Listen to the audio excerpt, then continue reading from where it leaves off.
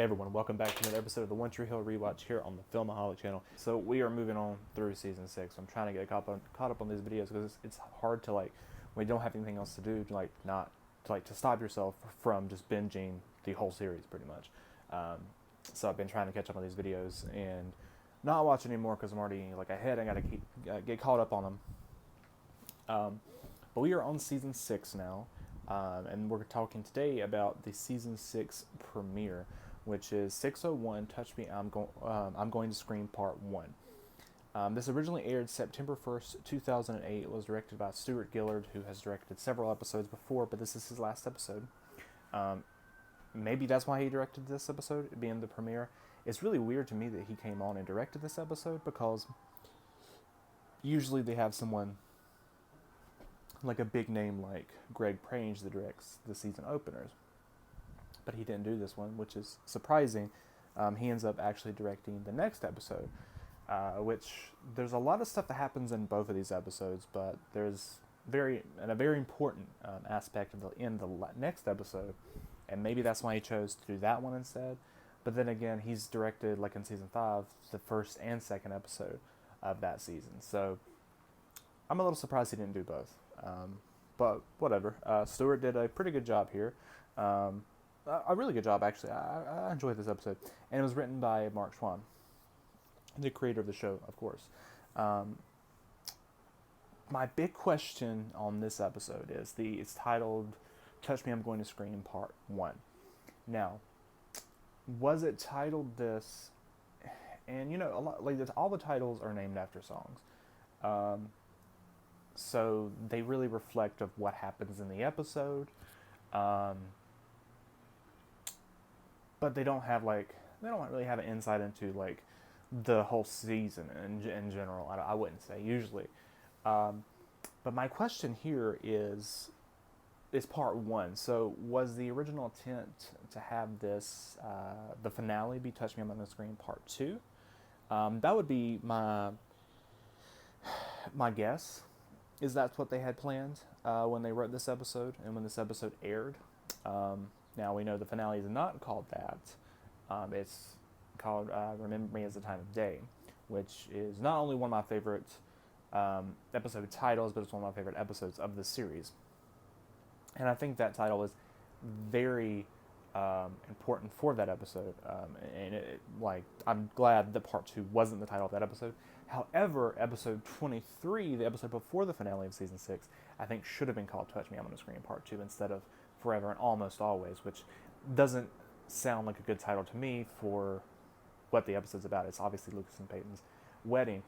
I think this one would have benefited that more. But what I'm one thing I'm curious about is if this was planned for the finale, if the finale probably was going to be their wedding, and that was going to be the original finale. We know what ends up happening at the end of the season as far as characters leaving, and I wonder. I still don't know, and we'll talk about that definitely more throughout this season, especially when we get to the end of it. There's a lot of stuff I get to talk about in the season that I'm excited about because one. I started going to Wilmington to actually visit and for One Tree Hill purposes, try to watch them film and all that.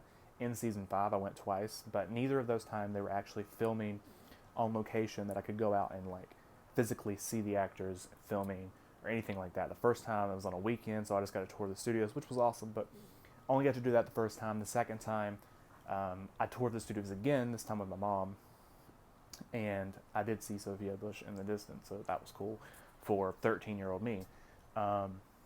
But season 6, I went twice, and I will talk about that when I get to those episodes. The first time was when they were filming episode 9 of season 6, so I definitely will talk about that then, and that was for a film festival, a special event. It was a Q&A, and I got to meet Paul Johansson, and I'll talk about that when we get to it. And then the finale, they were actually filming the tail end of the 23rd episode, which was Lucas and Peyton's wedding, as well as the finale. So I got to see them filming different parts of both of those, which was awesome. But also the characters that leave in this season. So Forever, it obviously changes the final 3 seasons and how those are made and who leads those seasons, and and all of that. So I'll talk about that along the way, and like when we think those decisions were made. We know that video came out with Hillary Burton. Uh, that was interesting. Well, we know the behind the scenes stuff. If you don't, go look it up with Mark Schwann. The stuff about him and his harassment with Hillary Burton, Daniel Ackles, as well as others, writers on the show and whatnot. And overall, I feel like that was the driving point of them leaving. But we'll talk about that as we go through. So the episode picks up where the last episode left off. Lucas we have that cliffhanger of who he's going to ask to marry him. He has these visions, these flashes, dreamlike sequences of Brooke, Peyton, and Lindsey, and seeing all three of them and where their life could be in a year from now.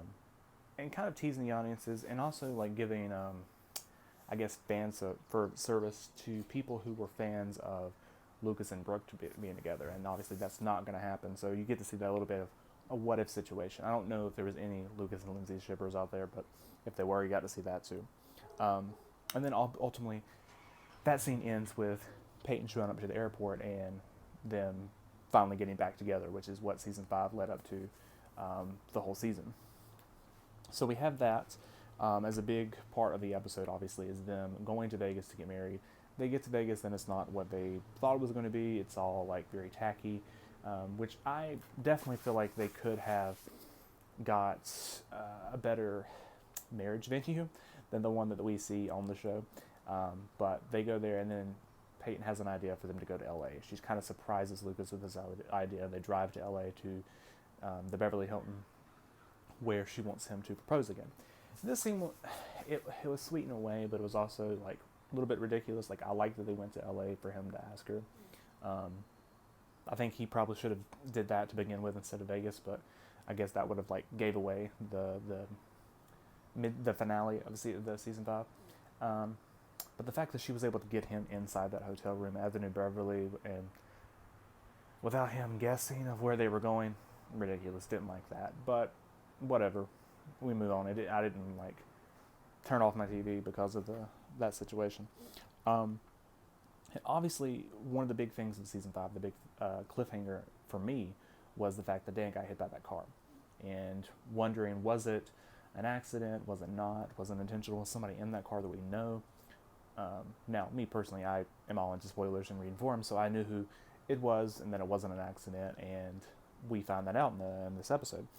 I love the reveal. Not that it is Carrie, but I love how they show it, how Stuart Gillard does that.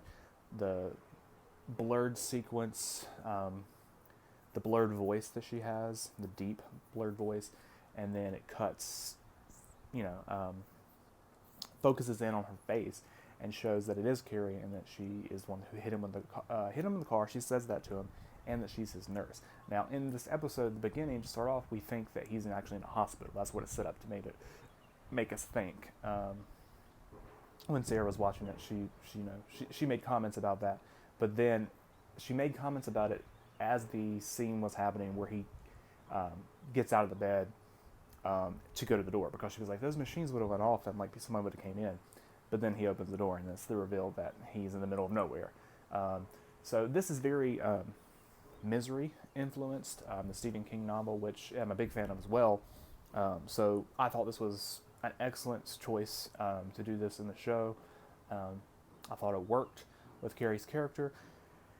It left us in so much suspense. The build-up, I love the scenes with Dan, and what we end up getting in the 5th episode. I think that was just really excellent. This is one of the show has many psychos, and it gets a little crazy and ridiculous. The first was Psycho Derek, second is Carrie, and then we get, sort of blanking on her name now, in season 7 and 8. I'm not going to spend much time with it, but the one with Clay and Quinn, that one is the worst. That one is just awful, especially in 8. In season 7, it's not that bad. Like, you can sort of believe it, but then it's like, it's just the whole 8th season in general. And we'll talk about that when we get there. But I thought they did a really good job with it in this episode and building suspense and making you hate Carrie even more, especially in this episode. I think they did a really good job with it. But to just me in general, I guess this came out in 2008, so I was still 13 when this episode aired. Yeah, I was very upset because Dan is my favorite character. So the fact that he not only did he get hit by that car and she has him now, but he missed his chance at the heart too, which is going to play heavily into the next episode when he finds that out. Brooke deals with Victoria. She was the one that called her. That when she picked up the phone at the end of the last episode, she shows up at her door, and trying to get the company back. She's a 50-50 partner. She's going to try to take it from Brooke and all this that happens. And by the end of the episode, Brooks went through a lot, her character in season 5, and she's just so much better written now than she was the last couple of seasons. But the episode ends with her being attacked. Someone breaks into the store behind her and attacks her, and that's how the episode ends. And we don't know her condition. If she made it, if she's still alive. Like, did he kill her? Obviously he didn't. And this is going to be a big storyline for her moving through the 6th season and even through the rest of the series. In fact, that's another psycho. I forgot, Xavier, who obviously is the one who attacked her, and we get more of him in this season. And obviously, that worked in this season, but that's part of the things where I'm like, they overdo it, because not only was he in this season, but then he also comes back in season 9, and to me, they do Brooke. When they write Brooke well, they write her well, and it's incredible. When they write her bad, they write her terrible. Obviously, the first 3 seasons, I think they wrote her very well, liked her character arcs. Season 4, bad. Season 5, they start doing good again. Season 6 is incredible. Honestly, Brooke's writing in 7 is really good as well, and 8 I'm actually mixed on, because 8, the stuff with the kids in 8, I really like. The stuff with her and then the company, I think is terrible in season 8. But that is also them going downhill again, because when we get to season 9, I think they write her terrible. The stuff with her dad, the stuff with Xavier coming back, all of that is just awful, and we'll get to it when we get there. But I just want to throw that out there. She obviously gets attacked in this episode. She obviously, this episode reintroduces Victoria back, who is a big part of the season, I guess, as well. At least overall, even if she's not in the episode, she's still looming, her impact on Brooke's life. We have the stuff with Millicent and Mouth in this episode. Mouth quit his job at the station, so this is their last episode for a little bit, because they're moving to Omaha. He takes that job and he's moving to Omaha. So Millicent has to quit working for Brooke. There's a scene that's really nice with Mouth and Brooke, where he says goodbye to her, and she says, "I'm going to miss you the most of all, Scarecrow," little Wizard of Oz reference. Liked showing that that's their relationship. And then there's also this really incredible scene that I love with Millicent and Victoria, when Victoria comes in to demand the artwork, the drawings, designs of Brooks, and Millicent refuses to give it to her, and she says, "You're gonna pay for that." And it's the music in the episode, or in that scene, is playing, and then it slowly fades to the end when she says, "You're gonna pay for that." It was amazing, just an epic moment for Millicent standing up to Victoria. I loved that, and really teased you of what was going to happen next, and hammers in that makes you think, like Brooke, that Victoria is the one who hired the person to attack her, which obviously isn't the case, and we'll find that out later. You have this stuff with Leighton. They go to LA, they get engaged again, even though he's technically already asked her, and then they come back to Tree Hill at the end of the episode. That's really all they're doing in the episode. Sam is introduced, who is a big part of the season and Brooke's storyline, which is I really like, actually, for the most part. But she's introduced in this episode. She's shoplifting for clothes of her bros and pushes Brooke down, which, yeah, their relationship from that moment to the end is really nice. Mouth leaves, like I said. Dan finds out he's in the middle of nowhere, and that's pretty much the season premiere, which I just think that's a really good season premiere. It's probably it's definitely not my favorite season premiere, but it's up there. I don't know, I'd have to think about it. This is something else I want to kind of think about as I'm coming to the end of the show, of like my favorite premieres, favorite finales, as well as favorite episodes, characters, all of that. And if you guys haven't checked out the videos that me and Ethan did about the first 4 seasons and kind of ranking stuff, giving you top 10 lists, go and check those out and comment what yours are, and give us your opinion on that. We did have a favorite characters list. The video got messed up though, so unfortunately we don't have that out there, but I did write them in the comments of that video where we talk about Dan as well as our honorable mentions. So check that one out, and in the comments you can see our favorite characters of those seasons, the high school years. Alright guys, don't forget to like this video and subscribe to the channel. The next video I'll be talking about will be the next 2 episodes of Season 6. So I'm excited to go into the season with you guys. See you guys next time.